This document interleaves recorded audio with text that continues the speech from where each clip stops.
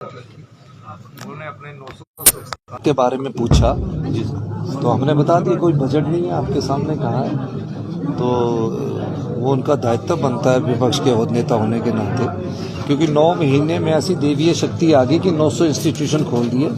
कोई लेक्चरर भर्ती नहीं किया, कोई टीजीटी भर्ती नहीं किया, कोई टीचर भर्ती नहीं किया, पर संस्थान खुल गए। तो उन्होंने सोचा कोई भगवान आकर इन संस्थानों को चलाएगा, उस मुद्दे पर उन्होंने बात रखी। तो ये अपना जो ध्यान है वो जनता की तरफ लाने के लिए मुद्दा लाया जाता है। ऐसे क्या मेरिट के आधार पर सरकार बहाल करेगी? देखिए, हमने बोला नीड बेस्ड जहाँ होगा, पहले हम शिक्षकों की भर्ती करेंगे। हम जहाँ सरकारी ऑफिस बंद किए गए वहाँ सरकारी कर्मचारियों की भर्ती करेंगे, और बजट आने पर हम उसमें बजट का प्रावधान करेंगे।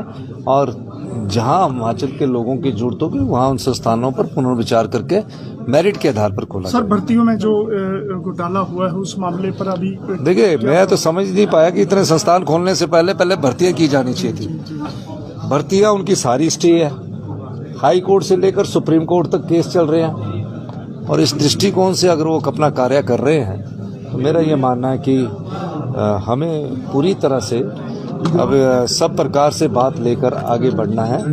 और जहाँ कोई भी बच्चा, अगर एक भी बच्चा शिक्षा से वंचित नहीं रहेगा, हमारी सरकार का ये कटिबद्ध है इसके लिए। लेकिन अपनी संस्थाएं खोलकर भी 900 संस्थाएं खोलने के बाद भी जनता ने उन्हें विपक्ष में बैठा दिया। उन्हें अपने गृहवाह में झांकने की जरूरत है। इसका मतलब है कि वो संस्थाएं राजनीतिक रोटियां सेकने के लिए खोले गए थे। बहुत बहुत धन्यवाद। सर, कैबिनेट की बात होगी, एंट्री की गई है, सब चीजों की जानकारी। सर, कैबिनेट विस्तार को लेकर बात करें तो कब तक हो सकता है, और कल जो है वो स्पीकर का भी जो चयन होना है, तो क्या कहेंगे? देखिए, अभी मैं धन्यवाद करना चाहूँगा हमारे विपक्ष के नेता श्री जयराम ठाकुर जी ने, जो कांग्रेस पार्टी के प्रत्याशी थे कुलदीप सिंह पठानिया जी, उनके नाम को सेकंड किया। मैंने प्रपोज किया है और जयराम ठाकुर जी ने उसको सेकंड किया। ये साझा उम्मीदवार हो गया आज नॉमिनेशन के बाद।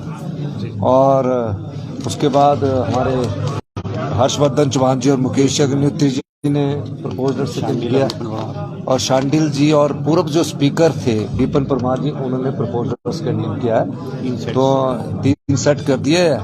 तो वो लगता है कि उनका नॉमिनेशन आज खत्म हो गया, तो अनअपोज्ड उनका चुनाव आने वाले समय में हो जाएगा। सर, मंत्रिमंडल के विस्तार की बात करें तो आपने आज आगाज किया है, हाथ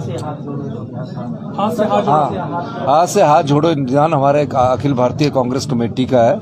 मैं आज कार्यकर्ताओं की बैठक में गया था। वो एक जो देश में नफरत की बात पनपी है, जो राहुल गांधी जी ने नफरत छोड़ो भारत जोड़ो यात्रा का शुभारंभ किया है, उस संदर्भ में अगला जो हमारे अभियान की है वो हाथ से हाथ जोड़ो, यानी कि दिल से दिल जोड़ो, हाथ से हाथ जोड़ो। इस अभियान का शुरुआत आज हिमाचल प्रदेश में हुई है, तो उसका मैंने आज शुभारंभ किया है। सर, लगातार विपक्ष मांग कर रहा है कि जो है मंत्रिमंडल का गठन सरकार कर नहीं पाई है और डिनोटिफाई करने के लिए पहल कर रही है, और कहीं न कहीं बदला बदले की भावना से जो है वो कार्य जो है वो सत्ता में आते ही 25 दिन की सरकार कर रही है।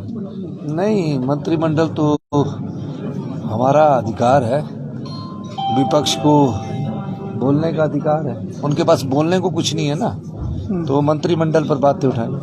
तो मंत्रिमंडल का विस्तार इन ड्यू कोर्स ऑफ समय किया गया। नेता प्रतिपक्ष कह रहे हैं कि जो जिस तरीके से आपने तंज कसा कि सारे फैसले जो हैं वो किसी दिव्य शक्ति के आधार पर लिए थे, भगवान भरोसे जो है संस्थान चलेंगे, उन्होंने कहा कि सरकार भगवान भरोसे चल रही है। नहीं, पहले वो कह रहे थे कि सेशन नहीं कर रहे। हमने बोला हम व्यवस्था परिवर्तन के लिए आए हैं, हम सत्ता के लिए नहीं आए। आपने देखा विपक्ष के नेताजी को हमने बहुत बोलने का समय दिया। हम चाहते हैं कि वो अपनी बात रखें। पीछे से कुछ लोग जोर जोर से नारे लगा रहे थे, उनका दायित्व है। जब उन्होंने पूरी बात रखी तो हमारी बात भी सुन लें। तो आज भी हम इनको कह रहे हैं कि आपको पूरी बात रखने का अधिकार है, और विपक्ष में सार्थक विपक्ष की भूमिका निभाइए तथ्यों के आधार पर। और जहाँ शिक्षा संस्थान में पूरे शिक्षक होंगे उन पर हमारी, हमने बोला नीड बेस्ड हम पुनर्विचार करेंगे।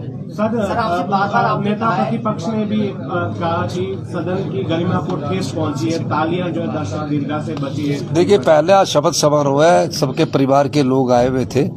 तो इन चीज़ों को वैसे दीर्घ आयु में बैठे हुए लोग तालियां नहीं बजा सकते, वो उन्होंने सही कहा है। लेकिन जो शपथ ग्रहण के बाद समय तालियां जब बज रही थी तो उस समय हमारे जो प्रो टर्म स्पीकर थे उन्होंने व्यवस्था दी है। तो ये चीज़ें पहली बार जब होता तो ऐसा हुआ, तो इस दृष्टिकोण से हमने हमारे प्रो टर्म स्पीकर चौधरी चंद्र कुमार ने व्यवस्था दी, उसके बाद कोई ऐसी बात। सर आपने विपक्ष से कहा है कि आप थैंक यू। तो हम उन मामलों थैंक यू सर।